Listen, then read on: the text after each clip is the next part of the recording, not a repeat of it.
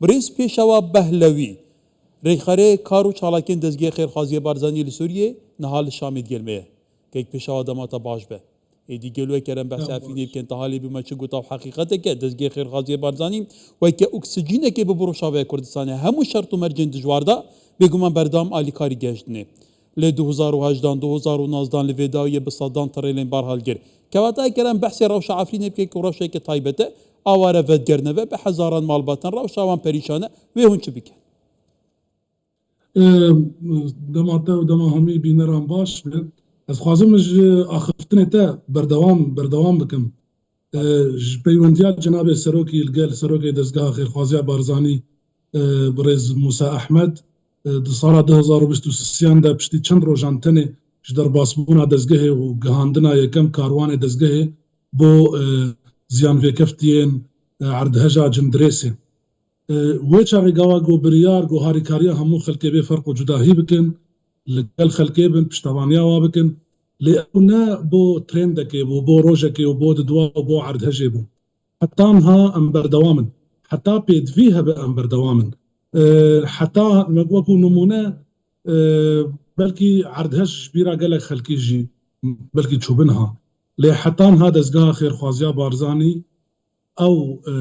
تيم سيوين گوش بروي عردهجي بابي خوش دزدانه حيانها تفالتاوا دزقا دده راسته وكو راقهاندن بلكي نما كس بحثا وي عردهجي دكي وكو بيوست بس امبر دوام ما همان دمي دجي وقرا خلقي دزقا خيرخوازيا بارزاني بريقو ريجيما بشار أسد بروخه بكهوه بري وينا منزيكي نصب خيزان وقريان ويچاوه وقريان عفرينه چه جه تركيا بو چه جه باكوره كردستانه چه جه لبنانه بون هنه جه حلبه وكو آمار بردسته ماج هوا دورا ودقريان وهندك دوري دي كم اوي ودقريان مهديسا هاريكاريا وي خلقيت كر هر كسكي العفرينه براستيجي بيتر جه هاريكاريا جو مدايد متخست لوجو دزگه البرغو خلقي عفرينه براستين نبيد في كهاريكاريا بون وكو هاريكاريا مادي بيدفي هبونا كمعنوي بشتاخو مجي هول داغو او هبونا معنوي بتشافان ببينن او قناغا بري روخاندنا بشارست بشتي روخاندنا بشارست بو ديفاكتوه كنو لعفرينه والهمي سوريا بيدابو ايدي امكار بيجن يعني حتى انها نزيك 6000 خيزان وقريان عفرينه جبر مديريا منطقه عفرينه ريبريان نافشاي عفرينه قالك الي ريبريا كاروباران لعفرينه دس بيكر او جهه سرخطي بلي كيك بشو البته آلیه معنوی گله کی گرینگ هجبیرا من البته من ویرل کردستان 24 رومالا دزگه خیرخوازی بارزانی که دماکو لما صبات بری 3 سالان چه عفرینی دما هند خلق عفرینی پیش حاضر کیکش ظلام عفرینی امتمن دما بجدل دروش می عاش بارزانی دگو کو حتی ناجی بگم کو ترند که ل سوشال میدیا بردام ته دوباره کرد البتهش آلیه پسیکولوژیک معنوی و گله کی گرینگ العفرینی چپ سریحات یا دزگه خیرخوازی بارزانی بوینه بارزانی نمر بچویر آلی کاریان بکه کواتا گلو بیاوه عنی روش عفرینی گش که حد که وساسای بکو خلق ویدی وگره ته پایین کل به هفته دا 400 مالباتيندن وگرن عفرينه توزاني العفرينه هول هات كدان ديموغرافيا بيتا غوارتن روشكه تبليها فبويه شرط مرجن وگره وشواز خدمت كرنا وگلو درفت ظن يعني مسألة معنوي باش دواجي بجم سر مسألة معنوي خلق قواقو ما مبلار كرنكتكن خنا بيجن كرتوني خدا بيجن لوجو ماتشي لوجو تكن بريغو داخوازا هاريكاريا كي بكن اويا دوي ام تم برچاوي مبراستي وما هام بدقو ام كاري بيتربو بي خلقي دلسوز بكن ابيك ياد دوا وقرا خلقي كم نقري داي قوبين وخانية وحاضرة وهرتشت حاضرة وهرتشت خزمت دايا وفقرن سر سفرا حاضر خلق نلبن دويناي خلق ودقري وهندك جوانا جانا دهرو بازدرو حياة كاربن خانية خو فقرينن لمالا براي خونا الجهاكيدنن انا زين منايك بيجم دوا روجين غوريجين كفتي تظان الشهباية ودفري دقلك خلق هاتن ما وكو دزقا ما بريار داقو كس نابل كولانا بنفت جهي بحواندني دوي بين حاضر كرنجة خلقيرا خوشبختانه ما وريخراوا بوهار جه كيف حواندنج لاي وابو ماجي وكو بشتوانيا لوجستي مهمت الجر حاضر ذكر خوش بختانا نزيك سي خيزان بتني بالصدا خيزان فقريان بس سي خيزان جه بحواندنه وسيرو جامان خلقي عفريني بخوب شوازياوي خلقي جو همي فقريان يجو يمر يا بسمامه يجو خاني فالا يا داخل كي يعني او ولی خلقي کاک هيك پیشوا ولا سرنجا تا هم گرینگه ما بس تامنا توبو خلق عفرینه بیجی گلو هکروی دمی خلق عفرینه و گریابانه سر مالو حالین خو ما چه پرزگیره کبو جبركو خلقي كي كاسب كارا كد كارر نجبرة تزاني جا خلق عفرينه بارا بتري جوت كارن حتى بيفدياره يعني هكر خلق بشك نين البسي رعا سياسي هكر خلق بريان وي هازفري وي بابا ويتو برزگيره كبانا ونا چان گرینگه خلق عفرينه نهابنا بزفريد نهابشك ام بجماره باخذن ام اري بجماره باخذن هجماره خلقي عفرينه يا بشتي ده هزار وهجدان وروشاوي السياسي وهاد جوهرتن ودسهلات لي هاد جوهرتن هجمارا خلكين يزيك صدو بسيو بينش هزار مروفي بو هنك ادقوت صدو بينجي هزار بشتي درباسبونا دزقهي حتى روخاندنا ريجيمي هجمار ديسا باشتر بو ونزيك نهصد حتى هزار خيزاني وقريان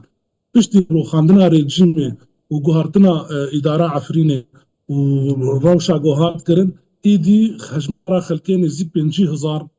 خيزان وقريان بشتي وينا قوناغا أوا هي يا أشرفية وشيخ مقصود وطبقة ورقة جو مديرية منطقة باصي خود تشوف خلق إينان جا طبقاش كم بي طبقاش دبق رقة دزقها خير خوازيا بارزاني جل بيشوازيا وابو هميت اسمه بو أنا دابين ذكر أو أنا جي نزيك بهزارة خيزان وقريان طبقة تاني شارست خيزان وقريان يعني بو مجارة وقري أستقازم سيرفينا تركيز بكم اري لسوريا هم خلق هنا مثلا لأوروبا هشتا إقامة قدر نخستي يعني ناصنامة قدر نخستي جنسية قدر نخستي ونقر يا إحيانها عندك هم صالك جد عندك ششف عندك خلنا شاورية خلنا زاروكي خلاص بهافين وقر هذا إيك بو عندك كان بلكي مطر سواي أو لهي هبن يادن فيهم راقهاندن يجبير نقل عندك جيادش برا راقهاندن خلط ترسيان يعني خلط ترسيان دو وقرن أو جي هي فملته دناف ملته همي حالة هنا دوي أم برشاف ورقرن أو حالة نكارن وباش دوی ام آگادار بن وکو پرنسیپ ناف دولتی تو نکار خلقی بزوری وگرینه ایرو آواره القامش لویا یان لهرما کردستان یان لاوروپا تو نکار بزوری وگرین دوی او بخواستکا خوب داخوازا خوب وگرن نها لگور داخوازه زرتر 60,000 خیزان وگریان نزیک آنک الگور آمار تی بلاف کرن دبیجن نزیک 13,000 خیزان لپاريزگاه جزيره لحسكي هنا لباجاري وي هندك المدرسانه اوارنه ودزقهي هاري كاريا الويري جيكر وهندك جهند ناف مالادنا هندك بجهبونه هندك ولی كاردك کاک هندك پیشوا روشا البته جانا وخابن آواره گلکی نخوشه دبه مبخواه يعني قدر کردان نبابویه دبه مبخواه بچیکاتی دو سه جارا آواره ولاتین در دور دید به گلک خوشه ملو بگره سر مالو حالین خواه چقاس خلک عفرینی تگوتن ندی خوشه ویسکی کیوان وینه کیوان یا به هم پاد گل آخوان هیه كواتا قالوا تو که آلیه پیوندی دار دزگی خیر خوازی بارزانی کوراوشان در عفرینش نزیک و دشوپینه جبلی دزگی نکوده به عسکری هم بحث کردستان 24 کنه که مدیای که نتوین اجتماعی جبو درست که نرای گشتی خلک کردستان بو خدی درکتن ج آخا خو دوزا خو پرسا خو نوصا كواتا قالوا تو پیش راست که دیه مالبات عفرینی این کل جزیره دمین ادی وگرن سر مالو حالین خو وكو دزقها خير خوازيا بارزاني بلكي ام نكارم برياري بيش خلقي وبدن لكل شرط مرجن كو هي كوين دشوبينه او ايغو فقرن ام لبيشوازيا واتكن هاري كاريا واتكن مل بمل بتشتي بردستي اري ما اري ام هاري كاريا واتكن يجو جهه واتنيا دتشا كامبا كفرومي الناحيه شراني لور بجهد به هنا شقه قالك فالا الويدري هنا بتنسيق القل مديريه منطقه شقيت دنوانا شقه كفالا ام وشقه حاضر تكن بهميتشتي بوي خلقي او يجو جهنبه ياد دوا خلق ايدي يعني ازخازم بيجم خلق فتقرن وتحمله جدا فتقرن وبازدارو بيسترو بيستو بينجرو حتى روشوا اسايد يعني روشوا اسايد واتيا تشي واتيا مثلا تي مالا بريخه حتى خانيه خو وردقره حتى دبيجا خانيه كسكتيد هي وردقره يا ديجي دبيا مش بير نكن روجانا افروش يا خانيه خوشتر دبه شوا خوشتر دبه جبرغو روجانا خلق فتقرن او جي جواري خو او خلق جي تخواز فقر جواري خو وقت تشافريه جو تو فقر خلق عفني فقر جواري خو قال لك خلق جنها تخوازن او جي فقر اري غوطه اري او قندواري دمشق ويدي او جي تخوازن فقر جواري خو بله رئیس پیشا بهلوی ریخاره کاروباری و چالاکین دزگی خیرخوازی بارزانی لسوریه و لشامت گلمه و گلی سپاس که پیشا